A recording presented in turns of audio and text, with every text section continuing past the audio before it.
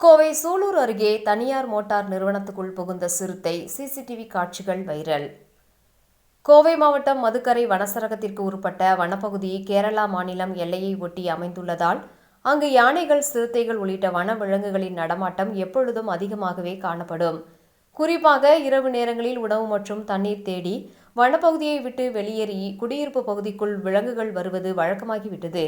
இந்த நிலையில் கடந்த 12ஆம் தேதி இரவு மதுக்கரை வனப்பகுதியிலிருந்து வெளியேறிய ஒரு சிறுத்தை சுமார் 15 கிலோமீட்டர் தொலைவில் உள்ள கோவை சூலூர் பகுதிக்கு வந்துள்ளது.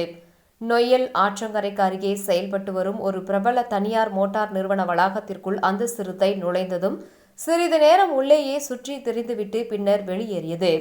இரவு பணியிலிருந்த காவலர் சிறுத்தையை கவனிக்காததால் எந்தவித அசம்பாவிதமும் நிகழவில்லை.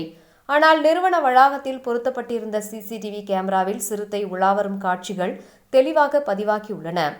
அந்த அதிர்ச்சி தரும் காட்சிகள் தற்போது சமூக வலைதளங்களில் வைரலாகி பரவி வருகின்றன. வனவிலங்குகள் குடியிருப்பு பகுதிக்குள் அடிக்கடி வருவதால் பொதுமக்கள் இரவு நேரங்களில் மிகுந்த எச்சரிக்கையுடன் இருக்க வேண்டும் என வனத்துறை அலுவலர்கள் எச்சரித்துள்ளனர்.